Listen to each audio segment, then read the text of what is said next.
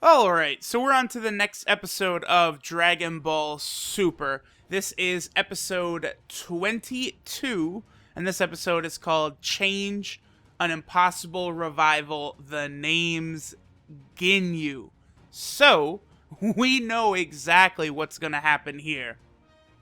So this episode picks up, just after Tagoma has powered fully up. And, pretty quickly here, it gets into the action. Now, Piccolo and Tagoma begin going at it very, very quickly here. And Tagoma absolutely wrecks Piccolo. Just a shame that Piccolo continues to be just nothing.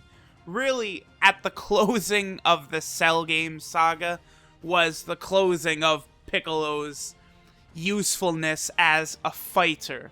Now, of course, as an advisor using his intelligence, he was a great asset in the Buu saga, but as an actual fighter, it looks like he probably is not going to be offering very much. And damn, Cell saga, that was so long ago, too. So then Tagoma begins taunting them a little bit. He talks about how since he was Frieza's training partner, he has his body of steel and his power, and they're not going to be able to beat him. Gohan at one point mentions that Tagoma has hidden powers probably equivalent to him at his best, which is bullshit, by the way. And then at that moment, up in the distance, Gotenks arrives and instantly flies straight into Tagoma and just does an absolutely epic nut shot. Just completely headbutts Tagoma to the nuts. And Tagoma goes down. And Gotenks kind of lands, begins talking smack, as only Gotenks can do. And he challenges Frieza, and then just at that moment, he splits up into Goten and Trunks. Now, Frieza initially is entertained, like, oh, they were, the two bodies were one. But then quickly he recognizes Goten, obviously because Goten looks exactly like Goku. And then he also recognizes Trunks because Trunks looks exactly like future fucking Trunks. And, we see another one of these flashbacks to original Dragon Ball Z. I must say I do like these flashbacks using the original animation. It is good just to really bridge and show how connected these two stories are. I actually really rather like these rather than like redoing it in any new animation or anything. And plus that right now we're in this whole Frieza returning arc. I'm sure there's probably a lot of people who are watching this who, well, I was going to say who haven't watched the original, but I mean Dragon Ball Z, that's something that everyone has fucking watched. But at the very least, a lot of people are watching this who, weren't watching it during its original run back in the fucking late 80s and early 90s. I mean, shit, I was just being born. But yeah, these flashbacks, I enjoy them quite a bit. At this point, Frieza begins to get annoyed that Tagoma's been on the ground for so long, holding his nuts. And right at this moment, obviously, Captain Ginyu in the frog body runs up and writes in change on the ground, and Tagoma says it out loud, change, and then boop, the switch happens, and Ginyu and Tagoma switch. So now Captain Ginyu is in Tagoma's body. Now, Ginyu at this point quickly flies up to Frieza, and he begins explaining like what happened to him.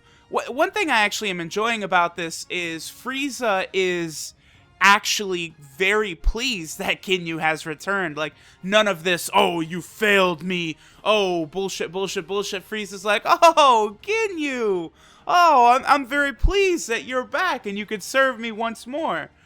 And I just, yeah, it works a lot better than if, Tagoma and Ginyu switch, then Ginyu goes, I'm back, Lord Frieza-sama. And then Frieza's like, oh wait, you failed me before, fuck you, and then blew him up. Although, I guess that would be kind of comical. Like, all this setup for Captain Ginyu returning, and then Frieza just kills him in 1 second. I guess that would be pretty interesting. But, it does show more flashbacks from original Dragon Ball Z when Captain Ginyu actually got into the body of the frog when he was trying to take Vegeta's body, and Goku interfered. And then there's more discussion, and we see, when Dende used the Dragon Balls and took everyone off of planet Namek except for Goku and Frieza. We see, the actual wish taking place. Actually, a very interesting scene. I like, obviously, the inclusion of this. But now there's so many of these flashbacks to old Dragon Ball Z that it's like, yeah, what happened is they're so early in this new anime, they just couldn't hold themselves back. We must put flashbacks every 5 seconds. We can't have an anime without a million flashbacks. It can't be done. Quick, get the old footage from Dragon Ball Z. I need flashbacks now, damn it. So then Ginyu flies down and absolutely begins wrecking the Z fighters. Master Roshi, Tien, Krillin, Piccolo, Gohan. Goten and Trunks have kind of retreated back to where Bulma and Jaco are, so they're not really contributing. Now Bulma is spotting Ginyu absolutely fucking wrecking everybody. And then, Piccolo states, like, oh shit, like, Ginyu is making this guy even stronger than he just was. At this point, Bulma gets very nervous and runs back to her spaceship and pulls out, like, the strawberry sundae and is holding it up trying to call Whis to come down and help them. Then it cuts over back to Beerus and Whis' planet, and Beerus is eating, I must say, some very fucking delicious looking pizza. It looks fucking good, and Beerus is pigging out. And then, like, they kind of discuss what happened with Goku and Vegeta, and Beerus kind of mentions, like, it's fine. They're the type of guys who get stronger the harder they're pushed, so he's not too worried. Now, then it does cut over to Vegeta and Goku, and they're in a very strange looking area.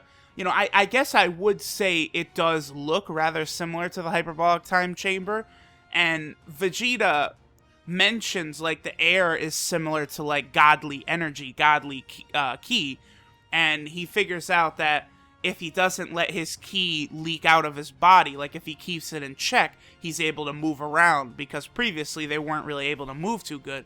So that can kind of explain what Whis' previous training with them was, about how Whis was mad that their energy was leaking out. And they do kind of make the connection of how the room is hot, and it actually is similar to the hyperbolic time chamber. Like, Goku and Vegeta actually do discuss that. But then, of course, you gotta get the comedy moment in when Goku is like, oh no, the time probably flows like the hyperbolic time chamber. We quickly have to find food. It's a major problem. And I love the funny moments with Vegeta, like when it comes to food, Vegeta is like, oh, that is a serious problem. Quick, we need to get food. Like, that was funny. Back on Earth, Gohan begins fighting Ginyu, and he's not really able to keep up too much, and then decides, like, oh, jeez, I guess I'll just go Super Saiyan. Yeah, about fucking time, Gohan. And of course, Gohan goes Super Saiyan and instantly fucking owns Ginyu. What a shock, huh? But after absolutely just wrecking Ginyu, it leads to a similar scene where Gohan knocks Ginyu back, and then he kind of talks to him over his shoulder, telling him to leave the planet. And Frieza's watching this and gets one of those, old original Dragon Ball Z flashbacks to when Goku was trying to give Frieza mercy and let Frieza leave the planet. And this enrages Frieza that Gohan is just like Goku, and Frieza is seeing the same thing repeated over. And Frieza begins torturing Gohan, pummeling him with death beams, like, in each limb. So Gohan falls to the ground, and it looks like he's fucked, because Frieza is just fucking invincible now, I guess.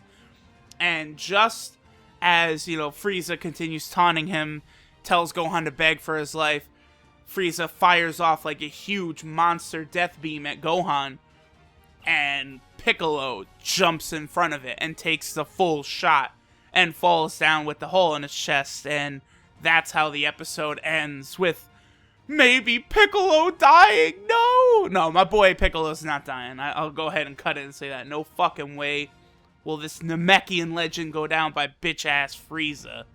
Then on the next episode preview, I am pleased, it shows Vegeta and Goku on Earth, you know, talking with Frieza and stuff.